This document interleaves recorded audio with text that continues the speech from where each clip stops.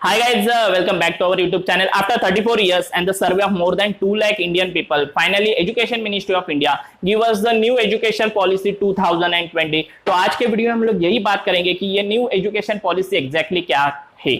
ऐसा कहा जाता है कि देश में अगर बदलाव करने के हैं तो उसके एजुकेशन सिस्टम में बदलाव होने जरूरी है और वही बदलाव 34 इयर्स के बाद हम लोग के देश में हो रहे हैं। तो ये बदलाव क्या है उसके बारे में आज हम लोग डिटेल में देखेंगे। अगर आप स्टूडेंट हो, पेरेंट्स हो, तो ये वीडियो को पूरा जरूर देखिए जिससे आपको पता चलेगा कि ये न्यू एजुकेशन पॉलिसी एग्जैक्टली क्या है और किस तरह से ये वर्किंग होने वाली है। इससे पहले अगर आप लोग हमारे चैनल पर नए आए हो तो हमारे चैनल को जरूर सब्सक्राइब कर दीजिए जिससे आपको ये एजुकेशनल अपडेट और मैथ्स रिलेटेड वीडियो हमेशा मिलते रहेंगे। तो चलो शुरू करते हैं आज का अपना वीडियो और देखते हैं ये पॉलिसी एग्जैक्टली क्या और किस तरह से वर्किंग होने वाली है। जैसे कि आप सबको पता है, पहले वाले का जो एजुकेशन सिस्टम था वो 10+2 था, मतलब 10th स्टैंडर्ड तक, फर्स्ट से लेकर 10th स्टैंडर्ड तक आपका एजुकेशन चलता था। 10th स्टैंडर्ड में आप लोग बोर्ड एग्जाम लिख लेते थे एंड देन +2 मतलब 11-12 करते थे और 12th स्टैंडर्ड में बोर्ड एग्जाम था। तो वो पैटर्न थोड़ा सा चेंज कर दिया और इस टाइम नया पैटर्न लाया है। न्यू एजुकेशन पैटर्न आपका रहेगा 5+3+3+4, 5+3+3+4 मतलब 15 ईयर्स। इस तरह से अभी कैलकुलेट हो गए। उसमें भी डिवाइडेशन कर दिया है। पहला स्टेज में आपका प्री प्राइमरी के 3 साल, फर्स्ट और सेकंड स्टैंडर्ड ऐसा मिला के 5 साल कर दिए हैं। प्री प्राइमरी के 3 साल, first standard and second standard इस तरह से कर दिया है। दूसरे स्टेज में 3 to 5 के मतलब थर्ड स्टैंडर्ड से लेके 5th स्टैंडर्ड के 3 साल, फिर 6th स्टैंडर्ड से लेके 8th स्टैंडर्ड के 3 साल और देन 9th स्टैंडर्ड से लेके 12th स्टैंडर्ड के 4 साल। तो इस तरह से 5+3+3+4 ये वाले पैटर्न में कर दिया है। अभी इसमें भी डिवाइडेशन क्या हो रहा है और किस तरह से, देखो जो पहला वाला पैटर्न है उसको फाउंडेशन स्टेज कहा गया है। फाउंडेशन स्टेज मतलब न्यू है, ये एजुकेशन की बच्चों की ये न्यू रहेगी। यहाँ पे बच्चों को जो नॉलेज रहेगा वो नॉर्मल नॉलेज दिया जाएगा, नॉर्मल स्टडी किया जाएगा। उसमें बुक्स वगैरह ऐसा कुछ नहीं रहेगा, उनको खेलकूद वगैरह के जरिए पढ़ाया जाएगा। तो इस तरह से ये वाले फाउंडेशन स्टेज में होने वाला है। यहाँ पे कुछ भी बुक्स वगैरह का बर्डन उनके पास नहीं रहेगा। इससे पहले वाला जो सिस्टम था उसमें उनको थोड़े बहुत बुक्स वगैरह रहते थे, अलग अलग सब्जेक्ट रहते, तो वो सब बर्डन यहाँ पे नहीं रहेगा। खेलते कूदते आराम से अपने बच्चे यहाँ पे अभी सीखेंगे, तो ये उनके लिए अच्छी बात है। देन सेकेंड वाला जो स्टेज है, 3rd से लेके 5th स्टैंडर्ड का जो स्टेज है, इसे हम लोग ने फर्स्ट स्टेज कहा गया है, उन्होंने फर्स्ट स्टेज बोला गया है। यहाँ पे ये जो फर्स्ट स्टेज है इसमें उनको थोड़ा बहुत मैथ्स रहेगा, थोड़ा बहुत साइंस रहेगा, सोशल साइंस रहेगा, इसके बारे में सिखाया जाएगा और यहाँ पे भी उनका ज्यादा से ज्यादा डेवलपमेंट की तरफ फोकस किया जा रहा है। तो ये भी एक अच्छी बात है। देन उसके बाद है मिडल स्टेज। मिडल स्टेज जो है वो बहुत ही इंपॉर्टेंट स्टेज बन रहा है। यहाँ पे 6 to लेके 8 स्टैंडर्ड का जो मिडल स्टेज है वो बहुत ही जरूरी है। यहाँ पे जो मिडल स्टेज है वहां पे उनको एक्चुअल बुक का नॉलेज दिया जाएगा। मतलब जैसे अभी हम लोग का 5th स्टैंडर्ड का बुक रहता है, 6th स्टैंडर्ड का एक बुक रहता है, मराठी का रहेगा, हिंदी का रहेगा, इंग्लिश का रहेगा, मैथ्स का रहेगा, साइंस का रहेगा, वैसे ही यहाँ पे बुक्स रहेंगे। उस बुक से वो लोग क्या करेंगे, अपना स्टडी करेंगे। मतलब बुक वाला पैटर्न तो है, लेकिन उसके साथ और भी कुछ इंटरेस्टिंग चीजें कर दी है। कंप्यूटर कोडिंग भी उनको दिया जा रहा है। मतलब इससे पहले खाली लैब में लेके जाते थे, कंप्यूटर दिखाते थे, बस चालू बंद करना हो गया, ऐसा वाला पैटर्न नहीं। यहाँ पे अभी एक्चुअल में कंप्यूटर कोडिंग वगैरह भी बच्चों को सिखाई जाएगी ताकि आगे जाके अगर कोई बच्चा कंप्यूटर में अपना करियर करना चाहता है तो वो यहाँ से उसका मतलब बोल सकते हैं बेस बना रहे हैं। तो ये भी एक अच्छी बात की गई है। और दूसरी बात देखो, यहाँ पे इंटर्नशिप दिया जा रहा है। इंटर्नशिप आप लोग ने सुना रहेगा, नॉर्मली क्या रहता है, किसी भी सब्जेक्ट में अगर आपका मतलब आपको कोई सब्जेक्ट में इंटरेस्ट है तो उसका आपको थोड़ा सा ट्रेनिंग लेने के लिए भी यहाँ पे इंटर्नशिप भी दिया गया है। ये वाले ड्यूरेशन के बीच में मतलब 6, 7, 8 स्टैंडर्ड में आप लोग उसका ट्रेनिंग भी ले सकते हो। मतलब अगर कोई बच्चा पेंटर है, मतलब उसको पेंटिंग में शौक है, तो पेंटिंग के जो टीचर्स वगैरह रहेंगे उनके यहाँ पे जाके, या कंप्यूटर का कुछ नॉलेज रहेगा तो एक कंपनी में वगैरह जाके क्या कर सकता है, इंटर्नशिप कर सकता है। तो ये भी एक अच्छी बात है। उसको एक्चुअली प्रैक्टिकल नॉलेज मिल रहा है, ऐसा हम लोग बोल सकते हैं। और ये भी उनके लिए बहुत ही इंपॉर्टेंट स्टेज बन रहा है। मिडिल स्टेज इसके लिए मेरे ख्याल से तो एक बहुत ही इंपॉर्टेंट स्टेज माना जाएगा, क्योंकि ये वाले साल जो रहते हैं यहाँ पे बच्चे थोड़े मैच्योर होते हैं, उनका दिमाग थोड़ा सा ज्यादा एक्टिव होता है। और अगर ये वाले स्टेज पे उनके यहाँ पे अगर हम लोग ये सब चीजें इंसर्ट करेंगे, अगर उनका इंटरेस्ट के हिसाब से कंप्यूटर का नॉलेज वगैरह देंगे तो शायद कि आने वाले समय में ये बच्चे बहुत कुछ आगे कर सकते हैं। तो मेरे ख्याल से ये जो मिडिल स्टेज है इसमें बहुत ही इंपॉर्टेंट स्टेज माना जाएगा। देन उसके बाद अपना जो 9 से लेकर 12 का जो लास्ट स्टेज है, लास्ट स्टेज में आपके 4 स्टैंडर्ड है, दैट इज 9 स्टैंडर्ड रहेगा, 10 रहेगा, 11 रहेगा, 12 रहेगा। ये भी बहुत इंपॉर्टेंट स्टैंडर्ड बन जाते हैं, क्योंकि यहाँ पे अभी पैटर्न कैसा कर दिया है, इसमें भी बहुत सारे चेंजेस हो गए हैं। पहली बात तो यहाँ पे सेमिस्टर पैटर्न कर दिया है, इसमें आपको सेमिस्टर पैटर्न मिलेगा। सेमिस्टर पैटर्न मिलेगा मतलब क्या, 9 का फर्स्ट सेम रहेगा, सेकंड सेम रहेगा, जैसे 10 का फर्स्ट सेम रहेगा, 10 का सेकंड सेम। पहले कैसा था, 10 डायरेक्ट बोर्ड था, 12 डायरेक्ट बोर्ड था, वैसा नहीं रहेगा, यहाँ पे सेमिस्टर रहेंगे। 2/4 इज इक्वल टू 8 सेम यहाँ पे होने वाली है, और इसकी वजह से क्या होगा, हर एक सेम इंपॉर्टेंट हो जाएगा। तो पहले बच्चों का कैसा मेंटेलिटी था कि डायरेक्ट फाइनल में पढ़ेंगे और पास हो गए, नेक्स्ट स्टैंडर्ड में जाएंगे।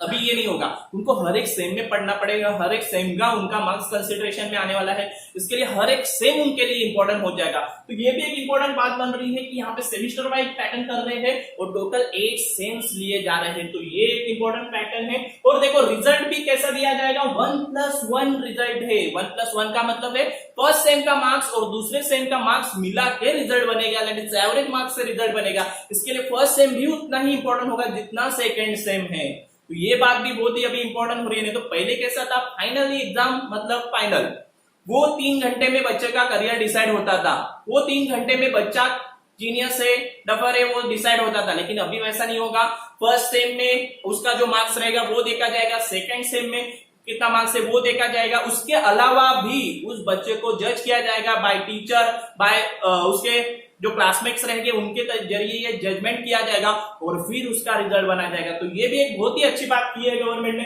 सच में इसके लिए अप्रिशिएट करना चाहिए गवर्नमेंट को कि ये सब पैटर्न यहाँ पे चेंजेस कर दिए। उससे और एक इंपॉर्टेंट पैटर्न यहाँ पे है कि आप लोग को यहाँ पे दिखा रहेगा, मैंने कुछ तो ड्रॉ कर दिया है और यहाँ पे मैंने लिखा था फर्स्ट से लेके 5th स्टैंडर्ड का जो एजुकेशन है वो अपनी मातृभाषा में होने वाला है। मातृभाषा में होने वाला है मतलब अपना मदर टंग में आप लोग कर सकते हो, मतलब मराठी मीडियम का बच्चा जो रहेगा या महाराष्ट्रियन बच्चा रहेगा वो मराठी में सीख सकता है, ओके, कोई गुजराती रहेगा तो गुजराती में सीख सकता है। तो हर एक रीजनल लैंग्वेज में अपना स्टडी कर सकते हैं। इसका भी बहुत सारा बेनिफिट होगा, क्योंकि कोई भी बच्चा नॉर्मली घर पे एक अलग लैंग्वेज बोलता है, स्कूल में जाके नॉर्मली अभी इंग्लिश मीडियम वगैरह का बहुत सारा क्रेज आया था बीच में और आ रहा है, अभी भी चालू है वो क्रेज। तो उसमें होता क्या था, बच्चों का अपना जो रीजनल लैंग्वेज है वो भी ठीक तरह से नहीं आता, ना इंग्लिश में वो कुछ कर पा रहे हैं। और आपको पता है नॉर्मली जापान रहेगा, चाइना रहेगा, जर्मन रहेगा, ऐसे बहुत सारे कंट्री है, जर्मनी, ऐसे बहुत सारे कंट्री है जहां पे उनका रीजनल लैंग्वेज बोला जाता है, मतलब चाइनीज रहेगा, जापानीज रहेगा, जर्मन रहेगा, ये लैंग्वेज बोल के भी वो डेवलपमेंट कर रहे हैं। तो हम लोग क्यों नहीं कर सकते, हम लोग के लिए इंग्लिश कितना इंपॉर्टेंट हो रहा है, तो वो इंपॉर्टेंस थोड़ा सा रिड्यूस करने के लिए और अपना जो रीजनल लैंग्वेज है उनको डेवलप करने के लिए यहाँ पे मातृभाषा में शिक्षा देना मतलब कंपलसरी कर दिया है। तो ये भी एक अच्छी बात है, इसके लिए भी एप्रिसिएशन करना जरूरी है, क्योंकि फर्स्ट से लेके 5th स्टैंडर्ड का अभी अपना एजुकेशन किसमें होगा, मातृभाषा में, राष्ट्रभाषा में, हिंदी में वगैरह भी आप लोग यहाँ पे एजुकेशन कर सकते हैं। तो ये भी एक अच्छी बात है, जिससे थोड़ा सा इंग्लिश का जो क्रेज बढ़ रहा है दिन ब दिन वो थोड़ा सा क्या हो जाएगा, कम हो जाएगा। क्योंकि बाकी कंट्रीज अगर डेवलपमेंट कर सकते हैं उनके लैंग्वेज के जरिए, जापान रहेगा, चाइना रहेगा, जर्मन, तो हम लोग भी कर सकते हैं। यही यहाँ पे किधर तो बताने का है, तो वो भी एक अच्छी बात है। तो ये यहाँ पे हो रहा है, तो इस तरह से आपका जो 5+3+3+4 का पैटर्न यहाँ पे किया जा रहा है। First 5 years primary, pre primary के 3 year, first second, then third to fifth, 6 to 8 and 9, 10, 11, 12, इस तरह से ये वाला पैटर्न था। अभी उसके बाद क्या होगा, 12 के बाद आप लोग को क्या करने का, फर्दर स्टडी करने का, दैट इज ग्रेजुएशन वगैरह करने का। तो उसके लिए भी गवर्नमेंट ने बहुत ही कुछ अलग से पैटर्न यहाँ पे कर दिए। देखो 12 का जो आपका रिजल्ट रहेगा वो तो आपका अभी मैटर करेगा ही करेगा, ओके, 12 का रिजल्ट। और अभी आपको कॉलेज में एडमिशन चाहिए, अगर 12 के रिजल्ट से आपको किसी स्पेसिफिक कॉलेज में एडमिशन नहीं मिल रहा है तो यहाँ पे बीच में मैंने लिखा है CAT मतलब कॉमन एप्टीट्यूड टेस्ट। तो यहाँ पे ये एक टेस्ट देनी पड़ेगी, इसके मार्क्स फिर क्या हो जाएंगे, 12 के जो रिजल्ट रहेगा उसमें ये मार्क्स क्या हो जाएंगे, प्लस हो जाएंगे। और ये कॉमन जो एंट्रेंस एग्जाम ली जा रही है बीच में, बराबर 12 के बाद आप लोग के पास ये एग्जाम ली जाएगी और ये एग्जाम के मार्क्स इसमें क्या हो जाएंगे, ऐड हो जाएंगे और फिर आप लोग को क्या मिल जाएगा, अपना मन पसंदीदा कॉलेज मिल सकता है। तो ये भी एक अच्छी बात है। और यहाँ पे देखो ये वाला जो पैटर्न है, यहाँ पे आप लोग क्या कर सकते हो, अलग अलग कॉम्बिनेशन की स्टडी भी कर सकते हो, ये भी एक अच्छी बात है। मतलब अगर 6 से लेके 12 स्टैंडर्ड के बीच में, 6 से लेके 12 स्टैंडर्ड के बीच में अगर आपको सपोज कोई किसी को फिजिक्स में इंटरेस्ट है ओके और उसके साथ साथ अगर उसको हिस्ट्री वगैरह पढ़ने का तो वो हिस्ट्री भी पढ़ सकता है, म्यूजिक अगर पसंद है तो वो म्यूजिक में भी काम कर सकता है। तो इस तरह से आप लोग कॉम्बिनेशन ऑफ स्टडी कर सकते हो। मतलब ऐसा जरूरी नहीं है कि अभी जैसे कि आपको पता है 10 के बाद साइंस, कॉमर्स, आर्ट्स इस तरह से स्ट्रीम किए जाते थे, अभी वैसा कुछ नहीं रहेगा। जो बच्चों को जो स्टडी करने का वो कर सकते हैं। उसके लिए एक ग्रुप बनाए जाएंगे, मतलब एक ग्रुप में सपोज जो कॉम्बिनेशन क्रिएट हो गए उसके अनुसार वो स्टडी कर सकता है। मतलब फिजिक्स के साथ अगर म्यूजिक का कुछ कॉम्बिनेशन बन रहा है, मतलब उस ग्रुप में अगर फिजिक्स के साथ म्यूजिक है तो वो बच्चा वो दोनों स्टडी कर सकता है। उसके लिए केमिस्ट्री स्टडी करना जरूरी नहीं है या मैथ्स स्टडी करना जरूरी नहीं है। उसके जगह वो आर्ट्स का कोई सब्जेक्ट उठा सकता है या कॉमर्स का अकाउंट लेके वो अपना स्टडी कर सकता है। इसका मतलब बच्चा अपने पसंदीदा सब्जेक्ट के अनुसार क्या कर सकता है, स्टडी कर सकता है। तो ये भी एक अच्छी बात कर दी है यहाँ पे 6 से लेके 12 स्टैंडर्ड के बीच में। और जैसे मैंने कहा कि 12 स्टैंडर्ड का आपका एग्जाम होने के बाद एक एंट्रेंस एग्जाम लिया जाएगा, जिससे आप लोग कॉलेज के लिए आगे फर्दर स्टडी के लिए अप्लाई कर सकते हो। तो यहाँ पे ये भी एक बात हो रही है कि ये वाला जो 6 से लेकर 12 स्टैंडर्ड का ड्यूरेशन है, इसमें आप लोग अलग अलग सब्जेक्ट पढ़ सकते हो। इसका मेन इंटेंशन यही है कि बच्चा अपना स्किल डेवलप करे और जिसमें उसको इंटरेस्ट है। क्योंकि इससे पहले कैसा होता था, एक फिक्स सब्जेक्ट का पैटर्न रहता था, मतलब मराठी पढ़ने का, इंग्लिश पढ़ने का, हिस्ट्री पढ़ने का, ज्योग्राफी पढ़ने का, मैथ्स पढ़ने का, साइंस पढ़ने का। लेकिन कुछ बच्चों का ऐसा रहता था कि मैथ्स वीक रहता था, उनको इंटरेस्ट ही नहीं रहता था उस सब्जेक्ट में। तो अभी वो वाला पार्ट यहाँ से थोड़ा सा निकाला है। अगर मैथ्स नहीं पढ़ने का है, छोड़ दे भाई, मैथ्स मत पढ़, उसके जगह पे दूसरा एक सब्जेक्ट है तेरे को, ये है, ये चाहिए तो वो ले लो। और इससे क्या हो जाएगा, बच्चा थोड़ा सा खुद को भी डेवलप करेगा। तो ये भी एक अच्छी बात है। तो ये सब कॉम्बिनेशन, बहुत सारे चेंजेस है इसमें एक्चुअली, मतलब पूल्स वगैरह गिरा के वो कॉम्बिनेशन क्रिएट किए जाएंगे। तो वो आने वाले दिनों में आपको पता चल जाएगा, गवर्नमेंट के पास से वो इंस्ट्रक्शन आ जाएंगे कि किस तरह से ये ग्रुप रहेंगे और किस तरह से आप लोग सब्जेक्ट का कॉम्बिनेशन चूज कर सकते हो। मतलब ऐसा नहीं कि कोई भी कॉम्बिनेशन से चलेगा, ये भी नहीं होगा, उसमें कॉम्बिनेशन बनेंगे। ये भी हम लोग आगे वाले समय में देखेंगे, या आप लोग को पता चल ही जाएगा। तो जैसे मैंने कहा कि ये 12th के बाद आप लोग को ये एंट्रेंस एग्जाम देने के बाद आप लोग को कॉलेज का मतलब अपना मन पसंदीदा कॉलेज भी मिल जाएगा। उसके बाद भी चेंजेस कर दिए, मतलब ग्रेजुएशन का जो स्टडी है वो 3 to 4 इयर्स का कर दिया है अभी यहाँ पे। पहले नॉर्मली ग्रेजुएशन का स्टडी 3 साल का था, तो अभी यहाँ पे 3 से लेके 4 साल तक का भी कर दिया। मतलब 4 साल भी आप लोग ग्रेजुएशन डिग्री ही ले सकते हो। लेकिन इसमें भी बहुत सारे चेंजेस हो गए हैं। देखो पहले कैसा रहता था, हम लोग ने 12th के बाद एडमिशन ले लिया, सपोज ग्रेजुएशन कर रहे हो, आप लोग बीकॉम कर रहे हो, बीएससी कर रहे हो, बीए कर रहे हो, कुछ भी करने के लिए आप लोग ने एडमिशन ले लिया। उसके बाद होता कैसा था कि बच्चा वहां पे जाता था, आफ्टर 1 ईयर 2 ईयर्स बीच में कुछ तो रीजन की वजह से वो अपना स्टडी छोड़ देता था, तो उसको कुछ डिग्री वगैरह नहीं मिलती थी। ओके और आगे जाके उसका लॉस भी होता था। तो ये लॉस भरने के लिए इन्होंने क्या किया है, अगर आफ्टर 1 ईयर अगर आप लोग ने बीकॉम में या बीएससी में किधर भी 1 ईयर कंप्लीट कर दिया और उसके बाद आप लोग ने स्टडी छोड़ दिया, तो आपको सर्टिफिकेट मिलेगा उस कोर्स का। क्या मिल जाएगा, आपको एक सर्टिफिकेट मिल जाएगा कि आप लोगों ने 1 ईयर्स के बाद क्या किया, वो कोर्स छोड़ दिया। तो इसके बेस पे भी आपको कहां पे तो जॉब मिल सकता है। अगर 2 साल के बाद, मतलब 1 साल हो गया, 2 साल होने के बाद अगर वो अपना स्टडी छोड़ रहा है तो उसको डिप्लोमा सर्टिफिकेट मिल जाएगा उस कोर्स का। तो ये भी एक अच्छी बात है, मतलब बीच में स्टडी रुका तो भी उसको कुछ ना कुछ तो मिल रहा है, जिसका नॉलेज का यूज करके वो कहां पे तो जॉब ले सकता है। तो ये 2 ईयर्स के बाद उसको डिप्लोमा मिलेगा, 3 ईयर्स कंप्लीट होने के बाद उसको बैचलर डिग्री मिल सकता है। उस स्पेशली जो कोई स्ट्रीम है, जो कोई सब्जेक्ट है उसका, उसको क्या मिल जाएगा, बैचलर डिग्री मिल जाएगा। और अगर और 1 साल देना है तो रिसर्च प्लस बैचलर डिग्री उसको दिया जाएगा। तो ये भी एक है, मतलब रिसर्च प्लस बैचलर डिग्री मतलब ज्यादा एडवांटेज है, ऐसा हम लोग बोल सकते हैं। और उसका भी उसको ज्यादा बेनिफिट होगा, आगे जॉब वगैरह करने के लिए वो अच्छी तरह से रेडी हो जाएगा, क्योंकि यहाँ पे रिसर्च भी डाला जाएगा, मतलब एक्चुअल ऑन ग्राउंड भी उसको थोड़ा बहुत एजुकेशन दिया जाएगा। और स्टडी तो कर रहा है, बैचलर डिग्री तो उसको मिल ही गया है, तो ये प्लस करके उसको जॉब दिया जाएगा। तो ये भी एक अच्छी बात की गई है, मतलब यहाँ पे ग्रेजुएशन का जो पैटर्न है यहाँ पे भी चेंजेस दिखाई दे रहे हैं। उसके बाद आपको यहाँ पे दिखाई दे रहा है एकेडमिक बैंक ऑफ क्रेडिट, ये भी कुछ पैटर्न कर रहे हैं, क्या सोच रहे हैं या होने वाला है, मतलब ऐसे बैंक की तरफ, बैंक के टाइप ऐसा, मतलब एकेडमिक बैंक आपका एक बनाया जाएगा। यहाँ पे आप लोग जो एक्स्ट्रा कोर्सेज करोगे उनके पॉइंट्स यहाँ पे जमा होते रहेंगे।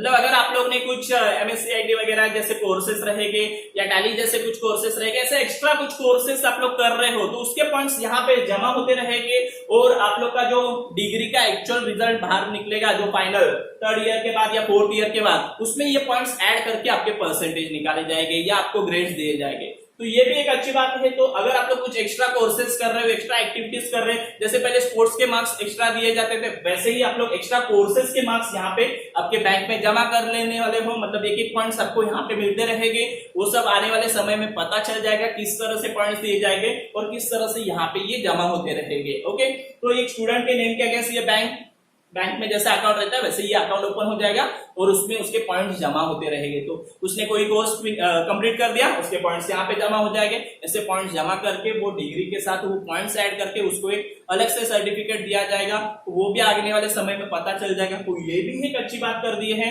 तो ये भी आपको सोचने वाली बात है कि हम लोग ऐसा भी कर सकते हैं। तो इस तरह से अपना एजुकेशन पॉलिसी में चेंजेस कर दिए। और भी देखते हैं क्या चेंजेस है।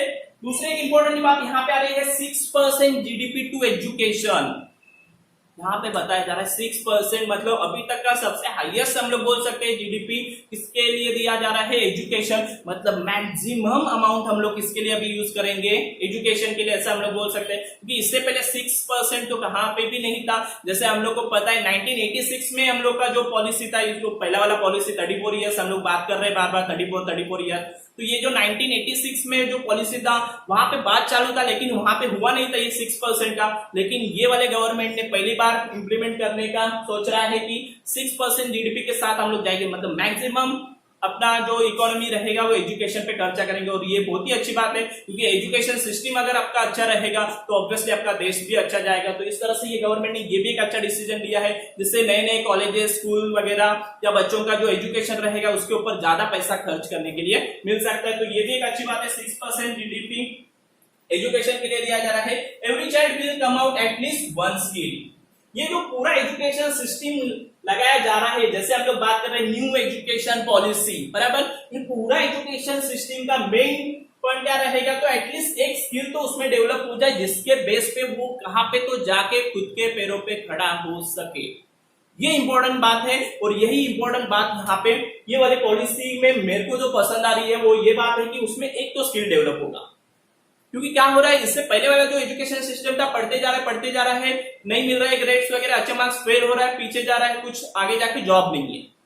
लेकिन यहाँ पे कुछ तो स्किल डेवलप होगा, उसको कुछ तो लाइटिंग का तो फिटिंग करने को आएगा, प्लम्बिंग का काम तो करेगा, वेल्डिंग का काम तो करेगा, कुछ तो करेगा और कुछ तो करके अपना खुद के पैरों में कुछ बिजनेस कर सकता है, कुछ कहां पे जॉब कर सकता है, कुछ तो कर सकता है। वो एक स्किल डेवलप करने के लिए ये प्रोसेस पूरा वर्किंग हो रहा है। तो ये भी एक अच्छी बात है, उस बच्चे के अंदर एक स्किल डेवलप होगा जिससे वो अपने पैरों पे खड़ा हो सकता है। तो ये भी एक अच्छी बात कही गई है कि एटलीस्ट एक स्किल तो हर एक बच्चों में डेवलप होगा। और मुझे भी जहां तक लगता है कि ये सिस्टम अगर एक्चुअल में इंप्लीमेंट होगी, मतलब अभी तक ये प्रोसेस में है, इंप्लीमेंट नहीं हो रही है, मतलब इस साल तो नहीं हो रही है, नेक्स्ट साल से शायद हो जाएगी। तो अगर जिस साल से ये इंप्लीमेंट होगी और अच्छी तरह से वर्किंग होगी तो मुझे तो लगता है कि ये पॉसिबल होगा और आने वाला जो अपना इंडिया का फ्यूचर है वो बहुत ही ब्राइट होने वाला है। तो ये भी एक सोचने की बात है। देन और एक इंपॉर्टेंट बात यहाँ पे आ रही है फी स्ट्रक्चर के बारे में। मतलब अभी यहाँ पे गवर्नमेंट ये सोच रहा है कि एजुकेशन मिनिस्ट्री ये सोच रही है कि अपना जो फी स्ट्रक्चर है हर एक स्टैंडर्ड का, मतलब जैसे कि आप लोग को पता है अगर आप लोग गांव की तरफ जाओगे वहां पे फी स्ट्रक्चर अलग मिल रहा है, बड़े बड़े शहरों में जाओगे वहां पे फी स्ट्रक्चर अलग मिलेगा, और शहरों में भी या गांव में भी स्कूल वाइज भी ये फी स्ट्रक्चर मतलब डिफरेंट हो रहा है। कुछ जगह पे वो 500 रुपए रहेगा तो कुछ जगह पे सेम स्टैंडर्ड के लिए 5000 तक देना पड़ रहा है। तो ये स्कूल वगैरह का थोड़ा सा हम लोग बोल सकते हैं मनमानी वगैरह चालू है, वो थोड़ा सा कहाँ पे तो कम करने के लिए यहाँ पे फी स्ट्रक्चर भी क्या कर दिया है, फिक्स रखने का सोच रहे हैं। और वैसा हो गया तो ये भी एक अच्छी बात रहेगी उन पेरेंट्स के लिए या उन स्टूडेंट के लिए जिनके पास प्रॉपरली पैसा नहीं रहने की वजह से उनका एजुकेशन थोड़ा बहुत पीछे या थोड़ा सा कमजोर स्कूल में वगैरह होता है, ऐसा हम लोग बोल सकते हैं। तो वैसा नहीं हो सकता क्योंकि अभी फी स्ट्रक्चर सबका क्या हो जाएगा, सेम हो जाएगा। तो ये भी एक अच्छी बात कही जा रही है कि फी स्ट्रक्चर हम लोग सेम करेंगे। और ये वाला जो सिस्टम है, ये पूरे सिस्टम को उन्होंने क्या कहा है, multi entry multi exit system. मतलब आप लोग कहां से भी एंट्री ले सकते हो, कहां पे भी एग्जिट कर सकते हो। मतलब पहले ऐसा था, साइंस वाला बच्चा 11th में अगर साइंस ले लिया तो वो जब भी एग्जिट करेगा, मतलब एंट्री उसने साइंस से ली, एग्जिट वो साइंस के कौन से जो स्ट्रीम से बैचलर या मास्टर डिग्री लेके बाहर निकल जाता, या कॉमर्स वाला उसी स्ट्रीम से, आर्ट्स वाला उसी स्ट्रीम से। अभी वैसा नहीं है, अभी कॉम्बिनेशन ऑफ स्टडी है, मतलब साइंस वाला आर्ट्स के सब्जेक्ट भी पढ़ सकता है, कॉमर्स के सब्जेक्ट भी पढ़ सकता है, आर्ट्स वाला कॉमर्स साइंस के पढ़ सकता है, कॉमर्स वाला साइंस आर्ट्स के पढ़ सकता है। तो इसका मतलब कॉम्बिनेशन ऑफ स्टडी चालू है, तो कोई भी कहां से भी एंट्री कर सकता है और कहां पे भी एग्जिट कर सकता है। तो ये भी एक अच्छी बात है कि मल्टी एंट्री मल्टी एग्जिट वाला सिस्टम यहाँ पे होने वाला है। तो आप लोग देख सकते हैं, तो इस तरह से अपना जो एजुकेशन सिस्टम है ये पूरी तरह से चेंज कर दिया गया है। मतलब अभी ये प्रपोजल में है, जैसे मैंने कहा कि शायद नेक्स्ट ईयर से ये इंप्लीमेंट हो जाएगा। तो आई होप कि अगर ये चीजें सब अच्छी तरह से वर्किंग हो जाएगी तो ऑब्वियसली अपने कंट्री के लिए ये बहुत ही बड़ा बोल सकते हैं बहुत बड़ा टर्निंग पॉइंट रहेगा, जिससे अपना कंट्री बहुत आगे चला जा सकता है। क्योंकि फाइनली जैसे मैंने स्टार्टिंग में भी कहा था कि एजुकेशन सिस्टम यहाँ पे ही किसी भी कंट्री का नींव रहता है। अगर एजुकेशन सिस्टम उसका स्ट्रांग है तो वो कंट्री स्ट्रांग है, ऐसा कहा जाता है। और हमारा ये एजुकेशन सिस्टम है उसको ही और स्ट्रांग बनाया जा रहा है गवर्नमेंट की तरफ से। तो इसके लिए मुझे तो लगता है कि आने वाले समय में हमारा कंट्री भी यहाँ पे अच्छी पोजीशन पे दिखाई देगा। तो आई होप कि मैंने जो चीजें बताई है आपको, ये जो न्यू एजुकेशन पॉलिसी थोड़ी बहुत बताई है वो आपको अच्छी तरह से समझ में आई रहेगी। और भी डिटेल्स आने वाले समय में डिटेल्स वीडियो उसके ऊपर आते रहेंगे। तो बस दोस्तों आज के लिए इतना ही रहेगा। Thank you.